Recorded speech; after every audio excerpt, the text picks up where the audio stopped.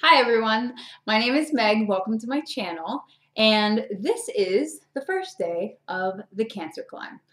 So as a lot of you know by now, we were supposed to be leaving for the Appalachian Trail today. We were going to be heading to Georgia to Springer Mountain to hike northbound on the Appalachian Trail, which we've been planning for about the last 9 months.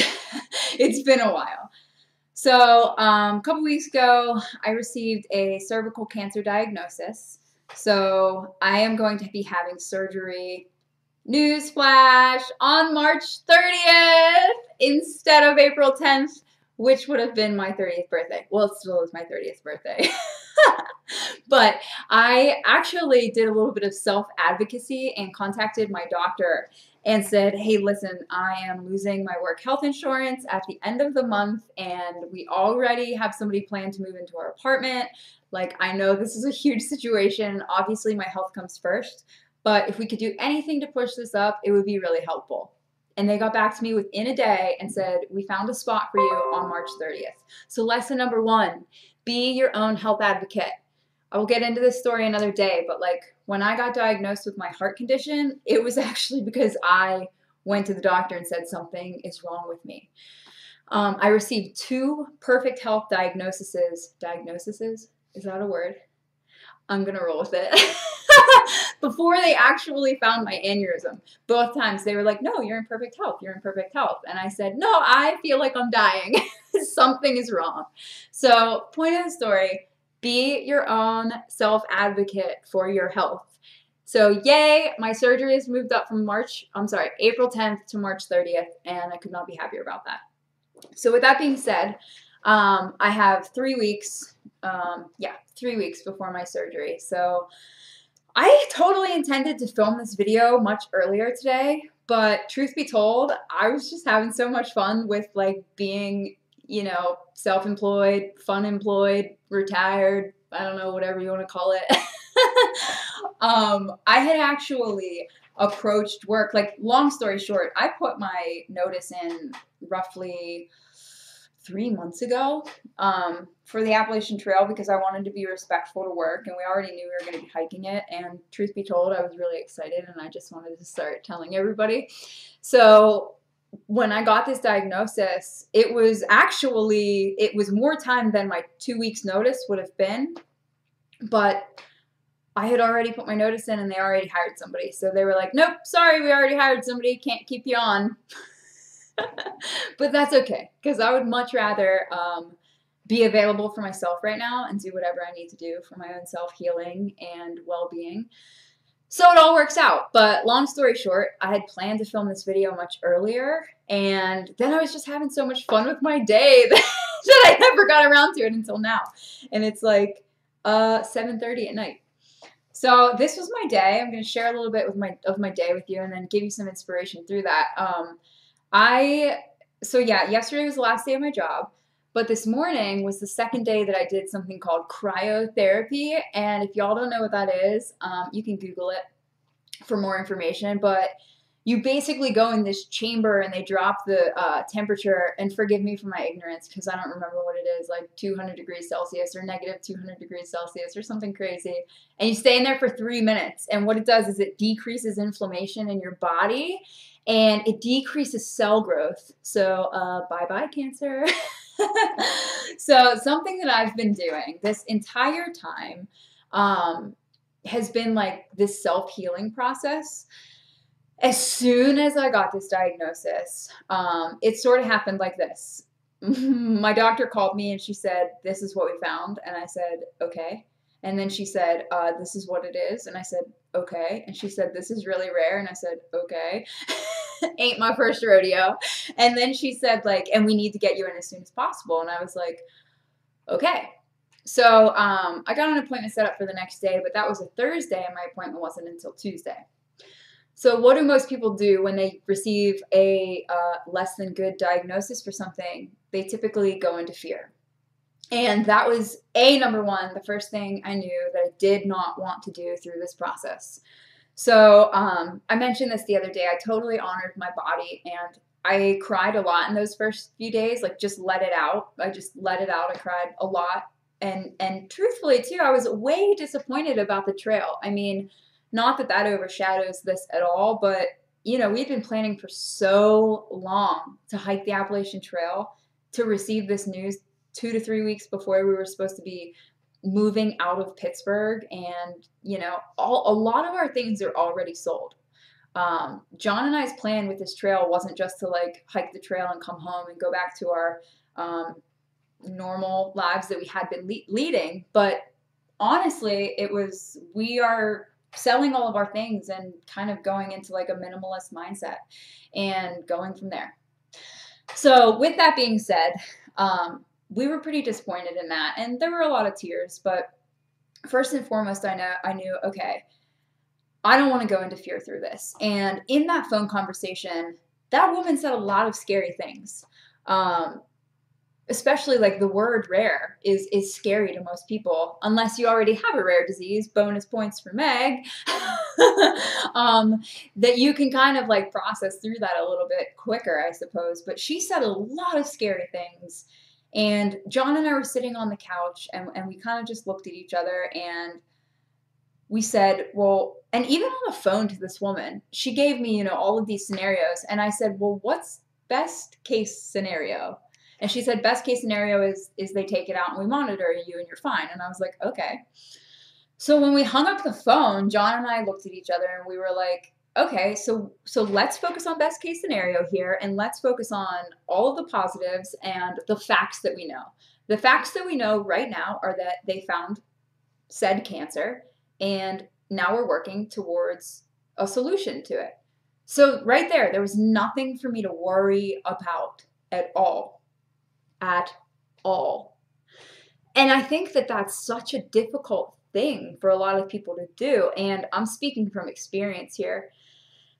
After my open heart, and the reason I got diagnosed with my PTSD was because I didn't process through, I'd say 90% of the emotions and the thoughts and the worries that were arising through my open heart surgery. I just like shoved them down, kept chugging along. Or, you know, I threw myself a pity party. I was kind of all over the place.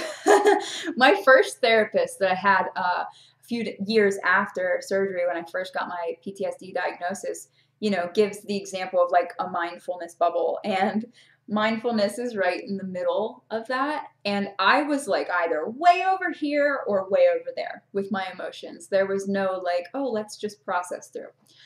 So number one lesson here, I think I already said number one lesson in this video.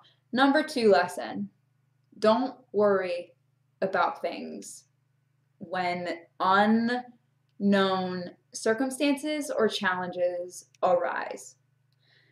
I know that that sounds easier said than done, but here's the process of what you need to do. So chugging along in life, I'm a train. If you're a Meg train, you're going pretty freaking fast. And then wham, you hit a challenge, you hit an obstacle. Okay, give yourself space. Give yourself space just to process whatever the heck just happened.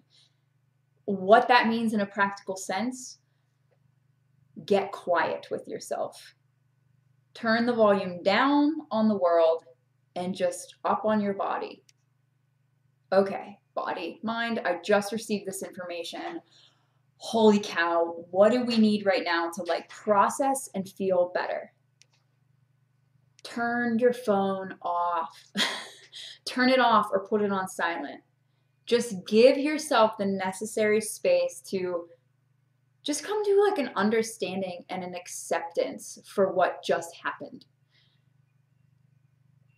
So often in life, people, and again, guys, this is like a sinner speaking here, not a saint, okay? I know these things because I've experienced these things. But so often in life when things pop up like an irritation or an anger or a frustration or a worry or an unexpected incident, it's like it's here and we're just trying to navigate all the way around it. But you have to like at least get into a balance with the thing that's going on. You can't deny it. You can't try to like skate right over it because it's just going to come right back to you. You have to like walk right into it and say, okay, okay, okay, this is happening. What do I need to do? Because once I did that, I realized, oh, I don't have to do anything. I've already done everything that I need to do. I went to my doctor, they did a biopsy, they found this thing, and it's cancerous, and now I have an appointment with an oncologist. Done. At that point, you can kind of just cruise on cruise control. So what else does that mean? I mean, then you have to go back into the world and you have to talk to people. And now you're walking around with like this knowledge in your mind of like, wow, I have this thing and nobody else knows about it. Do I tell them? Do I don't? Newsflash. You don't need to tell anybody anything you don't want to tell them. And you don't need to justify it one way or the other. For me, like how this process happened was I knew that I would need a support system. Or let me say, I knew I wanted a support system. I wanted a support system and I wanted to tell some really close friends and family members. And there might have been, off the top of my head, 5 people that I knew I wanted to tell, needed to tell right away. But I knew in getting quiet with myself and just feeling like how sensitive I immediately felt through that process, which is another topic. You have to come first. You have to come first. And this isn't just like when you receive a cancer diagnosis, people. You have to come first for yourself because nobody else is going to. Nobody else can advocate for you, and nobody else is in your body and in your mind. You have to really get into the knowing of who you are in order to deal with anything that comes your way. Because if you're out of touch with yourself, then you're going to be reaching out here and reaching out here and reaching out here. And then you're just like a tree with its branches waving in the wind and you're not rooted? That's a new word.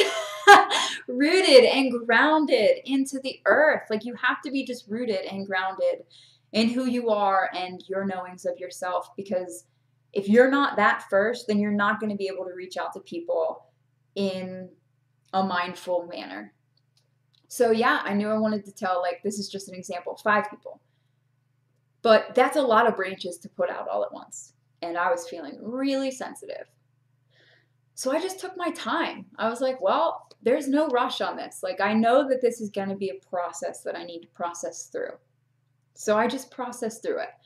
And I just picked one person that I felt super comfortable with, and I told that person. And I kind of gauged how I felt. And I was a little emotional. And then I was like, okay.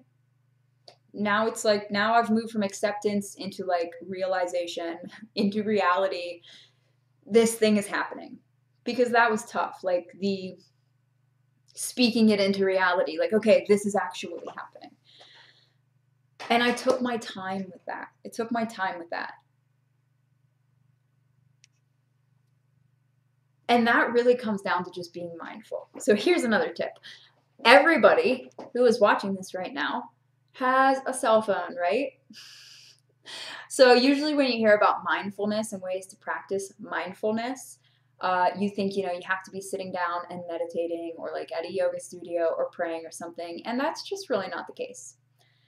A way to practice mindfulness and knowing yourself and your thoughts and your body is just, example, take your phone for 30 minutes a day and turn it off. Turn it off. Pick a time in your day where you don't need to be on your phone, but you just are because you're not doing anything else. For me, this was on my bus commute to work. So as I was riding on the bus to work, I realized I actually visibly saw how everybody was on their phone. And I was like, oh my gosh, everybody looks like a zombie. And then what was I doing? I was in my freaking phone. And I was like, no. So I put it in my pocket and I just put it away. And I just sat there and I looked out the window. And I let myself daydream and I let myself like ponder and think and just zone out, just look at the trees and think how pretty they were, anything. And the thing is, like, your mind is going to float to wanting to look at your phone, or, you know, I don't know, like trying to guess what's going to happen. But being mindful is just being mindful of those thoughts going on in your head. And I actually did have a great yoga teacher say to me once, like, if you are sitting in a mindful position and all of those thoughts keep popping in, what do you think your mind is doing all day long? And that's a pretty scary thought. So, in order for you to process through life appropriately and to just keep chugging along, you know, at the pace you're supposed to be going along at, you have to be mindful and conscious of what's going on with your own body and your mind. If you aren't, you're going to be like a tree in the wind and whew, you're going to fall right over. So that is the lesson of the day, folks. I know that was like, I don't even know, I got really passionate there. But yeah, cryotherapy was great. And then my friend Tova came over and we had a great time. We just talked about a million wonderful things. And she brought me some awesome candles and a healing stone. And yeah, things are good. So it's day 1 of the Cancer climb, and my mind feels good, my body feels good, and my spirit feels great. I just feel so full of life and like at such peace that it's amazing. And I think that maybe lesson number 2 or day number 2 or 3 is going to be about how I found that peace, because it's a really cool story. And I just want to, oh my gosh, like thank everybody so much for their love and support. You guys, like I feel so blessed that everybody has been thinking of me and sending me like just blessings and prayers and love, because I swear to God, I can feel it. Like, you see my spirit and it's happy, but you guys inspire me. So thank you for that. I love you all, and I'll talk to you soon. Day 1 Cancer climb, check.